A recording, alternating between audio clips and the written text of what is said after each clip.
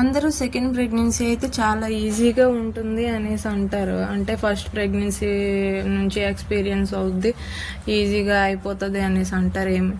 కానీ నాకైతే నా ఫస్ట్ ప్రెగ్నెన్సీ అంత ఈజీగా అయితే నా సెకండ్ ప్రెగ్నెన్సీ లేదండి. నేను నా కోసం కాకపోయినా పాపను రెడీ చేస్తూ, పాప పనులు చేస్తూ, ఇంట్లో పనులు చేసుకోవడం నాకు చాలా కష్టంగా ఉంది. అందులో ఈ ట్విన్స్ అవ్వడం ఇంకా హెవీ వర్క్. ఎక్కువసేపు నించోలేను కూడా, అంత టైం నించోలేను కూడా. నాకు ఫుల్ రెస్ట్ తీసుకోమన్నారు, కానీ నా టైం బాగాలేదు. నాకు మరి ఎవరు చేసేవాళ్ళు లేక ఇలా నేనే మెల్లిమెల్లిగా 2 మినిట్స్ నించుంటాను, 2 మినిట్స్ కూర్చుంటాను. ఇలా కూర్చొని పనులన్నీ చేసుకుంటున్నాను. నా ఫస్ట్ ప్రెగ్నెన్సీలో అయితే నేను రెస్ట్ ఎక్కువ తీసుకుంటేదాన్ని. నాకైతే ఈ సెకండ్ ప్రెగ్నెన్సీలో రెస్ట్ లేదండి, అస్సలు లేదు.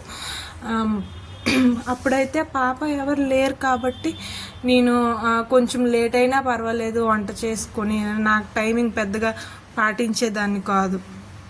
కానీ ఇప్పుడు మాత్రం తప్పకుండా పాటించాల్సి వస్తుంది. తన హోంవర్క్స్ అని, తనకు స్నానం చేసి, తనకు రెడీ చేసి, తను వంట ముందు ప్రిపేర్ చేసి, తనకు తినిపించి, ఇవన్నిటికీ నాకు రోజంతా టైం పెట్టేస్తుంది. నాకు రెస్ట్ అనేది అస్సలు దొరకడం లేదు.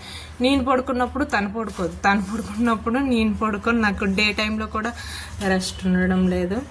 మీ ప్రెగ్నెన్సీ జర్నీలో మీకు ఏది ఈజీ అనిపించింది? ఫస్ట్ ప్రెగ్నెన్సీయా, సెకండ్ ప్రెగ్నెన్సీయా? అలానే ఇంకొకటి మీకు అడగాలనుకుంటున్నాను, బ్లడ్ ఇంప్రూవ్మెంట్ కోసం ఏ పద్ధతిలో ట్రై చేస్తే బాగుంటుంది అంటారు? మీకు తెలిసినవి ఏవైనా ఉంటే ప్లీజ్ కామెంట్ చేయండి, అది నాకు చాలా యూజ్ అవుద్ది. ఈ మంత్లో కనుక నా బ్లడ్ ఇంప్రూవ్మెంట్ లేకపోతే తప్పకుండా ఇంజెక్షన్స్ ఇవి వేయాల్సి ఉంటుంది అనేసి డాక్టర్స్ చెప్పారు. మీ వంతు మీరు హెల్ప్ చేయండి ప్లీజ్. నెక్స్ట్ వీడియోలో మళ్ళీ కలుద్దాం. సబ్స్క్రైబ్ చేసుకోండి ప్లీజ్.